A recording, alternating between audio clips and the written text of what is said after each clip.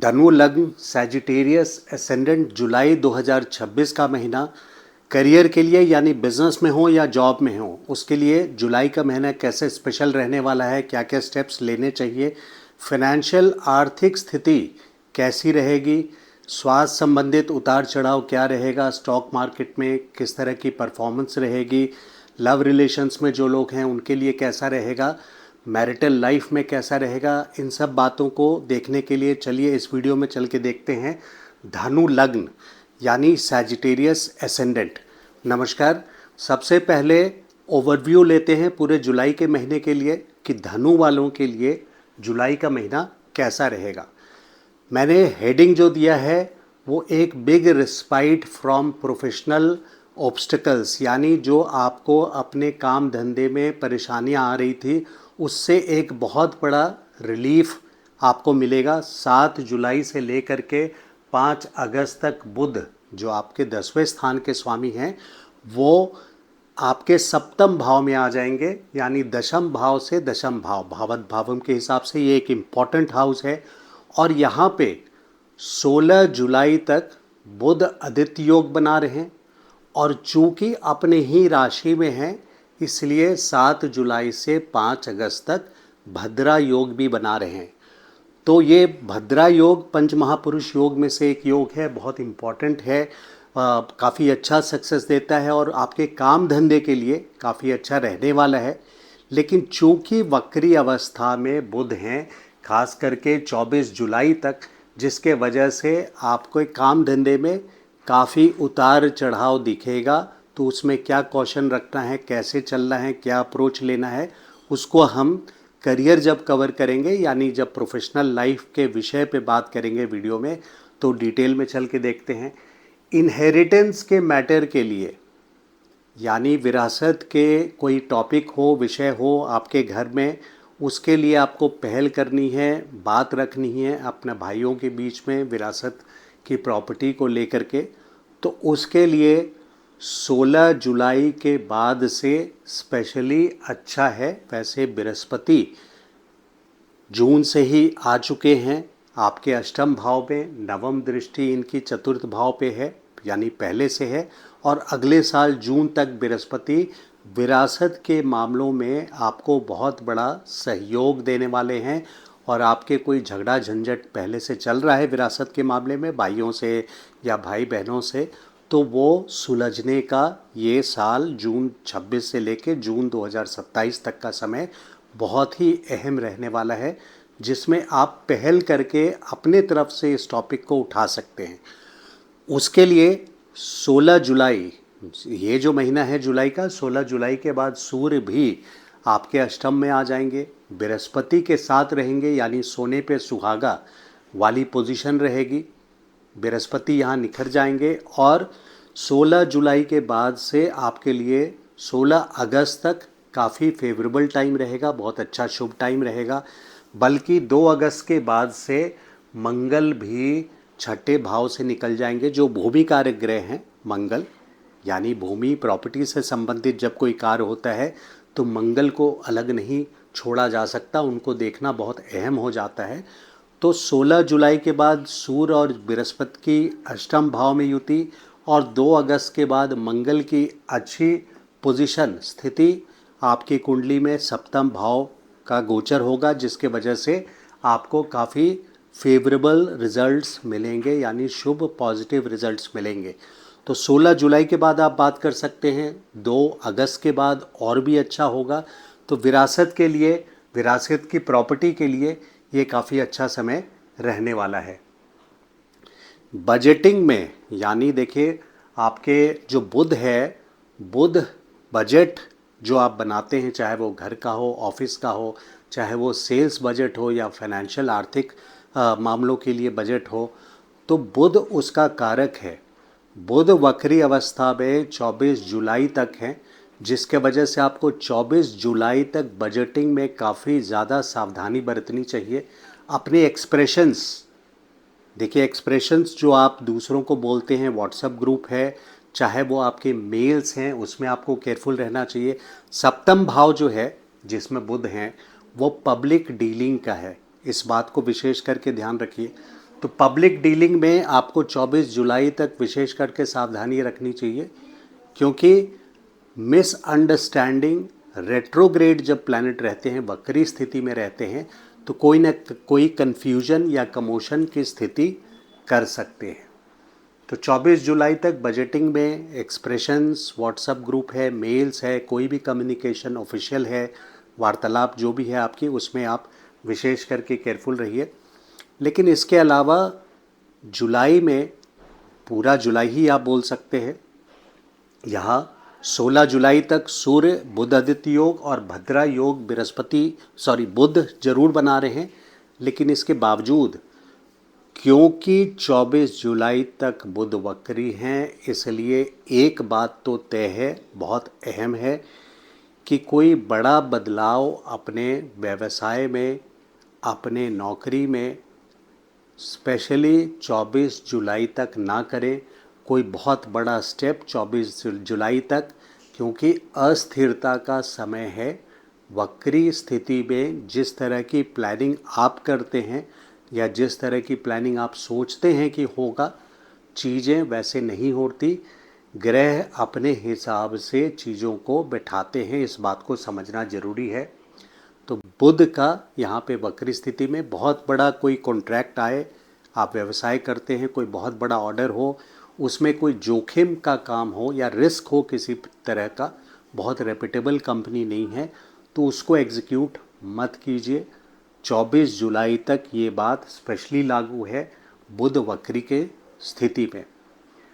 तो यहाँ पे एक ओवरव्यू ये डेप्थ के साथ मैंने देने की कोशिश की है।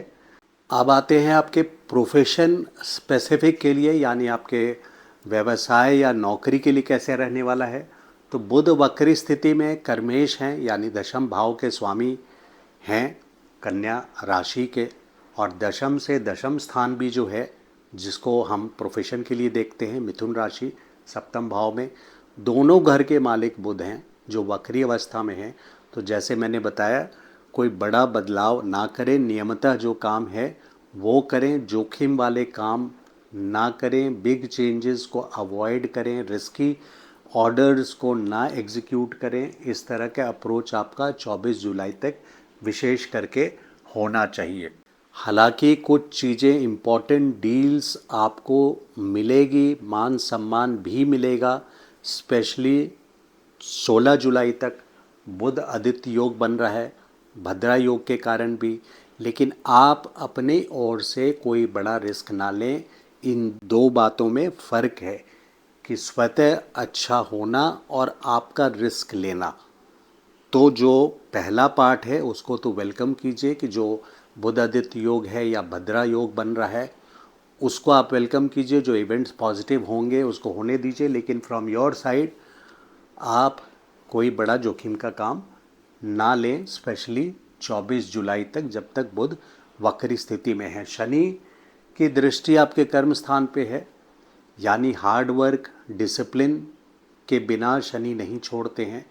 डिले ज़रूर होगा professional up to the mark results में, यानी जो रिजल्ट्स आपको चाहिए मन अनुकूल, उसको प्राप्त करने में मेहनत और डिसिप्लिन दोनों की ज़रूरत है।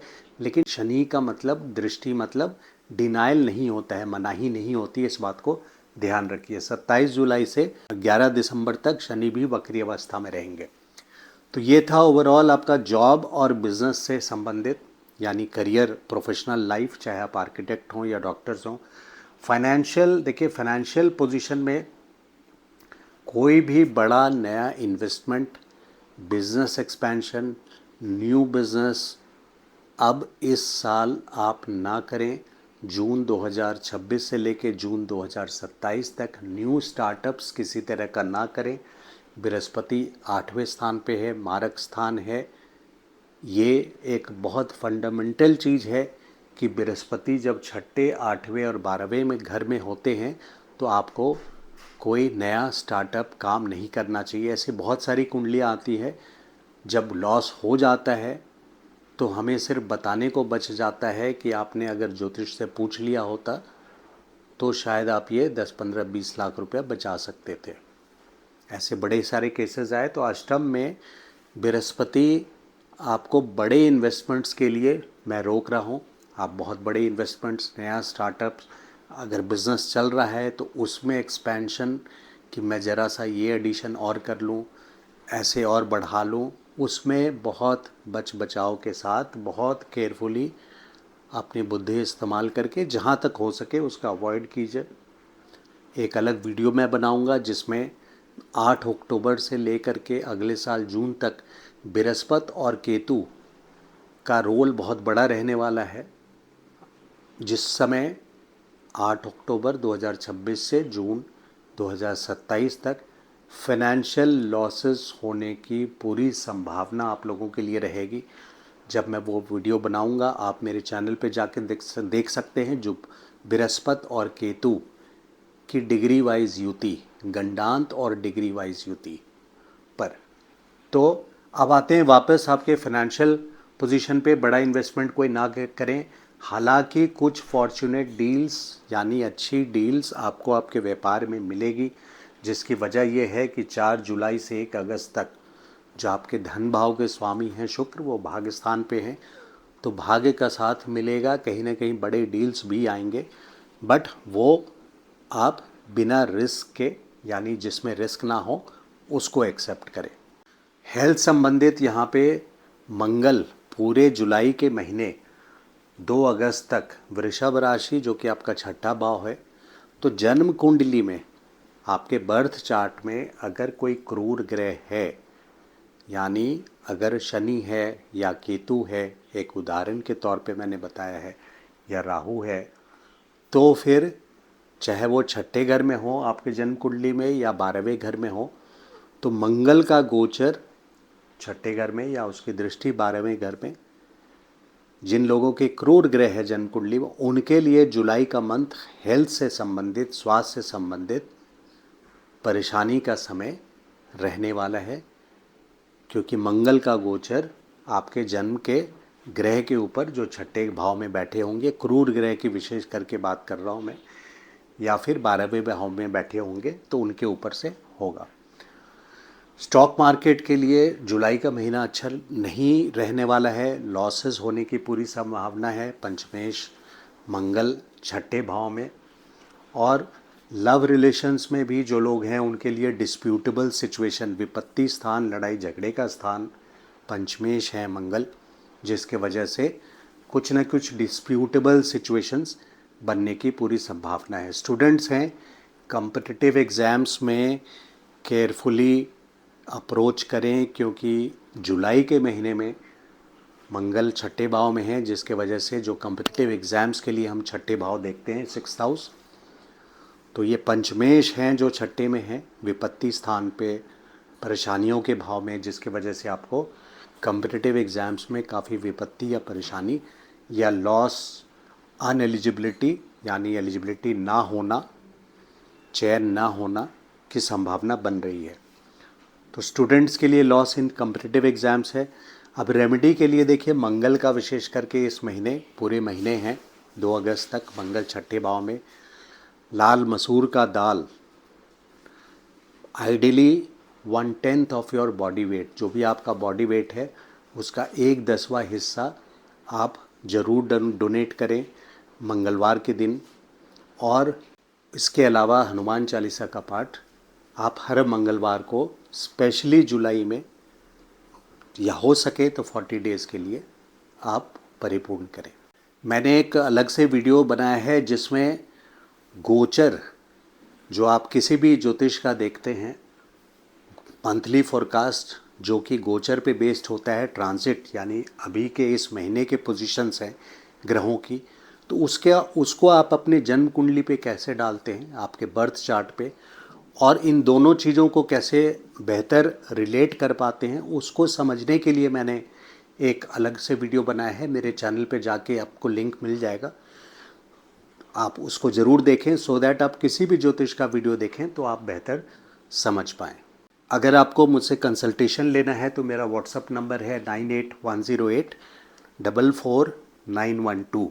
इस नंबर पे मैसेज कर सकते हैं, मैं आपका रिप्लाई ज़रूर दूंगा। तो ये है ओवरऑल धनु लग्न का वीडियो, यानी सैजिटेरियस असेंडेंट का वीडियो जुलाई 2026 का। वीडियो अगर अच्छा लगा हो तो लाइक एंड शेयर कीजिएगा। और चैनल को सब्सक्राइब नहीं किया है तो please subscribe to the channel. Thank you so much. नमस्कार।